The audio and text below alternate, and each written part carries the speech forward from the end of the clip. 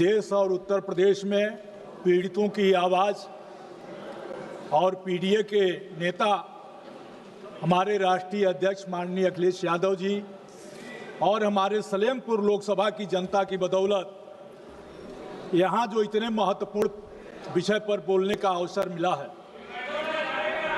माननीय अध्यक्ष जी,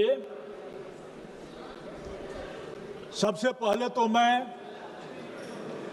उन बहनों से माफी मांगता हूं जिन बहनों के सुहाग उजड़े और पहलगाम में हम उसको बचा नहीं पाए। मैं अपने सेना के पराक्रम पर गौरव और घमंड करता हूं। अध्यक्ष महोदय, वहीं हम इस घटना में जो पर्यटक निर्दोष मारे गए उनको नमन करता हूं, जो हमारे सेना के जवान शहीद हुए उसको भी नमन करता हूं। अध्यक्ष जी, हमारे पूर्वांचल में एक कहावत है कि आकाश बांधो पाताल बांधो, कम से कम अपनी टाटी तो बांधो। यह सरकार आकाश बांध रही है, पाताल बांध रही है, लेकिन अपनी टाटी नहीं बांध रही है। यह साबित करता है कि अपनी टाटी अगर बंधी होती तो सैकड़ों किलोमीटर दूर से आतंकवादी हमारे घर में आता, पर्यटकों को मारता और भाग नहीं जाता। हमारे नेता पूर्व रक्षा मंत्री स्वर्गीय मुलायम सिंह यादव जी, सुभाष चंद्र बोस के बाद देश में किसी एक नेता को नेताजी कहा गया तो वह स्वर्गीय मुलायम सिंह यादव जी थे। सभापति महोदय, उन्होंने इस सदन में कहा था, भारत को किसी के दबाव में नहीं, अपने स्वाभिमान के बल पर चलना चाहिए। चाहे अमेरिका हो, चीन हो या पाकिस्तान हो, भारत को झुकना नहीं चाहिए।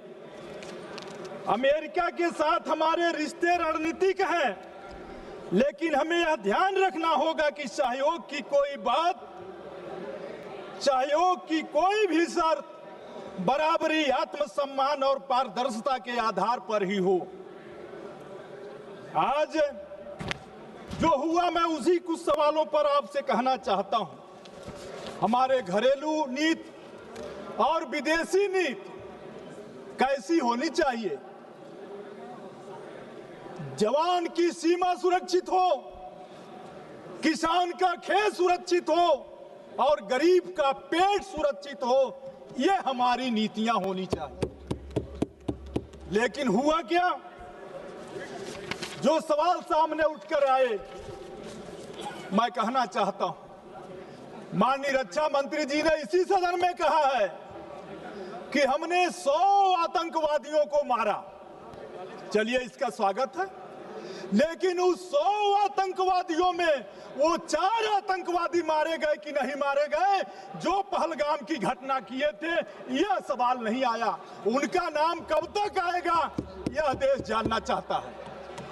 घटना 22 को होती है, 22 अप्रैल को। सभापति महोदय, 22 को घटना होती है, ऑपरेशन सिंदूर 17 दिन बाद होता है। होगी कोई परिस्थिति? देश क्या चाहता था?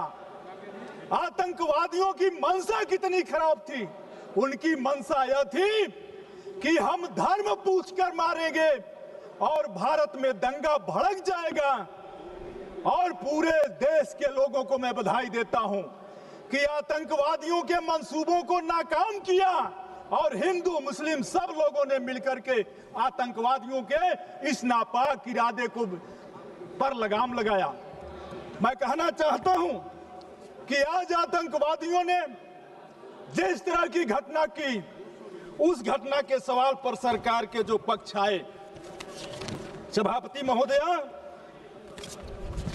जिसका जिक्र अभी हमारे दूसरे वक्ता भी कर रहे थे, हमारे नेता मुलायम सिंह यादव जी ने दुनिया के सामने समर्पण की कोई बात कभी नहीं की थी। स्वर्गीय मुलायम सिंह जी ने 30 जून को 22 तारीख को हमला होता है, 17 दिन बाद 7 मई को सिंदूर ऑपरेशन सिंदूर होता है। देश का मन क्या था?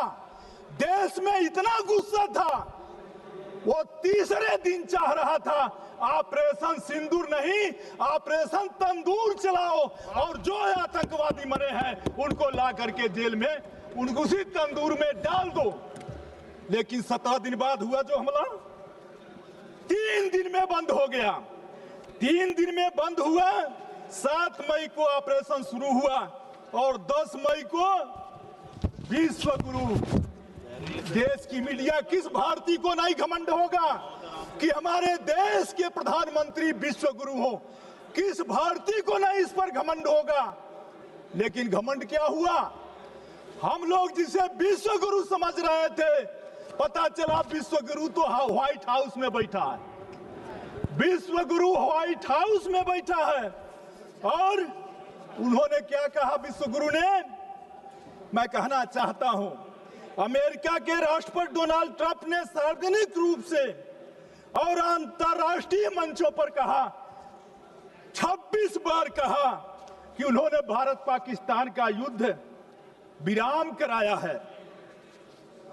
उन्होंने कई बार अंतरराष्ट्रीय मंचों पर कहा कि उन्होंने भारत और पाकिस्तान के बीच एक बड़े न्यूक्लियर युद्ध को टालने के लिए व्यापार समझौता ऑफर किया है।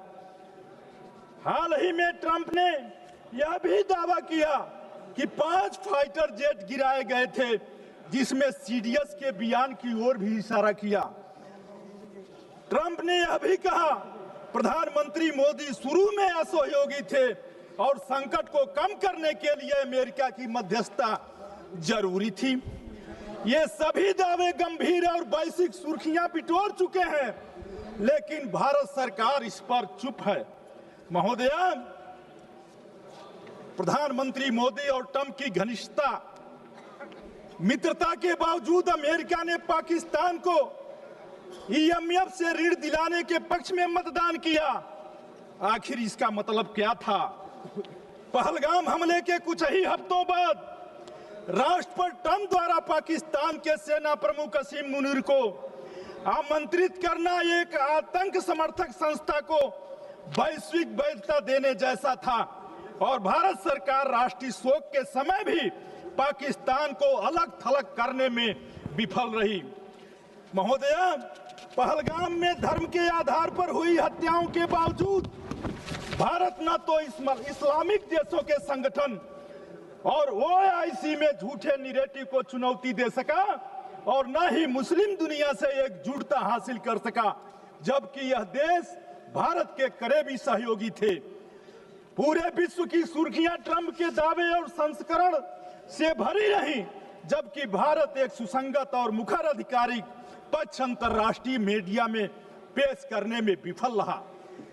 महोदया, क्वाड जैसे मंचों पर अहम भागीदार होने और रणनीतिक साझेदारी के बावजूद भारत अमेरिका को पाकिस्तान की सैन्य लीडरशिप को वैश्विक वैधता देने से नहीं रोक सका।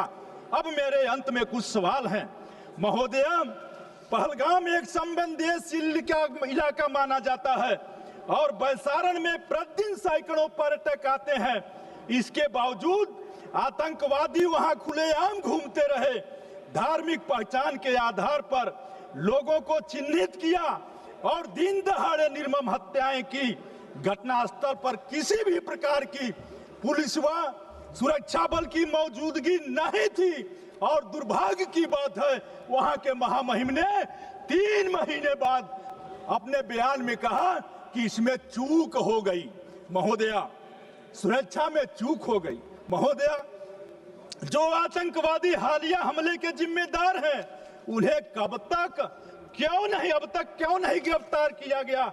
जब सरकार बहु एजेंसी ऑपरेशन, ड्रोन निगरानी और हवाई नियंत्रण का दावा कर रही है, तो फिर ये आतंकवादी जिलों में लगातार कैसे घूम रहे हैं? क्या सरकार जमीनी स्तर पर लोकेशन नेटवर्क और स्लीपर सेल्स को रोकने में नाकाम रही? महोदया, वो भी भारत ने हमेशा यह स्पष्ट किया है कि पाकिस्तान के साथ हमारे मसले द्विपक्षीय हैं और किसी तीसरे की मध्यस्थता स्वीकार नहीं की जा सकती। ट्रंप का दावा यह दर्शाता है कि मोदी सरकार ने अमेरिका के हस्तक्षेप की अनुमति दी, जो 1972 के शिमला समझौते के बाद से भारत के अस्थायी नीति के खिलाफ है। महोदया, अगर ट्रंप की बात सही है तो इसका मतलब है कि भारत ने अपने सैन्य और कूटनीतिक फैसलों की स्वतंत्रता खो दी। क्या भारत ने अमेरिका के कहने पर युद्ध विराम स्वीकार किया? महोदया, मैं कहना चाहता हूं, अंत में कहना चाहता हूं कि युद्ध विराम में अमेरिका की कोई भूमिका थी? क्या वास्तव में फाइटर जेट गिराए गए थे?